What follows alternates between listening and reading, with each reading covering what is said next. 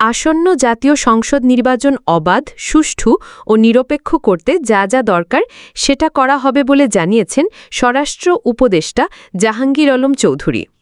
সোমবার কেরানীগঞ্জে ঢাকা ৩ সংসদীয় আসনের ভোটকেন্দ্র তেঘরিয়া উচ্চ বিদ্যালয় পরিদর্শন শেষে সাংবাদিকদের তিনি এ কথা জানান। বর্তমান আইনশৃঙ্খলা বাহিনীর সদস্যদের দিয়েই সুষ্ঠু নির্বাচন সম্ভব জানিয়ে স্বরাষ্ট্র উপদেষ্টা বলেন, আগামী জাতীয় নির্বাচনে প্রতিটি কেন্দ্রে পুলিশ ও আনসার সদস্যসহ আইনশৃঙ্খলা বাহিনীর সদস্য বাড়ানো হবে। ৮০,০০০ সেনাবাহিনীর সদস্য মাঠে থাকবে। এছাড়া নৌবাহিনী সহ অন্য বাহিনীর সদস্য মোতায়েন থাকবে।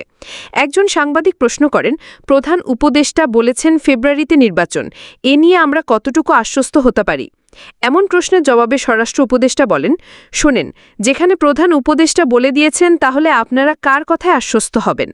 প্রধান উপদেষ্টার চেয়ে বড় কথা আর কে বলতে পারবে? জাহাঙ্গীর আলম চৌধুরী বলেন, আগামী সংসদ নির্বাচন সামনে রেখে অবৈধ অস্ত্র উদ্ধারের কাজ চলমান।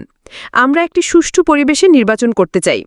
এবার নির্বাচনে ভোট কেন্দ্রে নতুন ভোটারদের গুরুত্ব দেওয়া হবে। নতুন ভোটারদের জন্য আলাদা বুথের ব্যবস্থা করা হবে।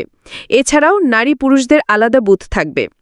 এ সময় ঢাকা জেলা পুলিশ সুপার আসাদুজ্জামান, কেরানীগঞ্জ উপজেলার নির্বাহী কর্মকর্তা রিনাত ফৌজিয়া, কেরানীগঞ্জ সার্কেল অতিরিক্ত পুলিশ সুপার জাহাঙ্গীর আলম, দক্ষিণ কেরানীগঞ্জের সহকারী কমিশনার ভূমি আবদুল্লাহ আল মামুন, তেঘরিয়া ইউপি চেয়ারম্যান মোহাম্মদ লাট মিয়া প্রমুখ উপস্থিত ছিলেন। এর আগে সকালে স্বরাষ্ট্র উপদেষ্টা জাহাঙ্গীর আলম চৌধুরী র‍্যাব ১০-এর প্রধান কার্যালয় ও ঢাকা কেন্দ্রীয় কারাগার পরিদর্শন করেন। ASBD24 সত্য প্রকাশে অপসীম। চ্যানেলটি সাবস্ক্রাইব করুন।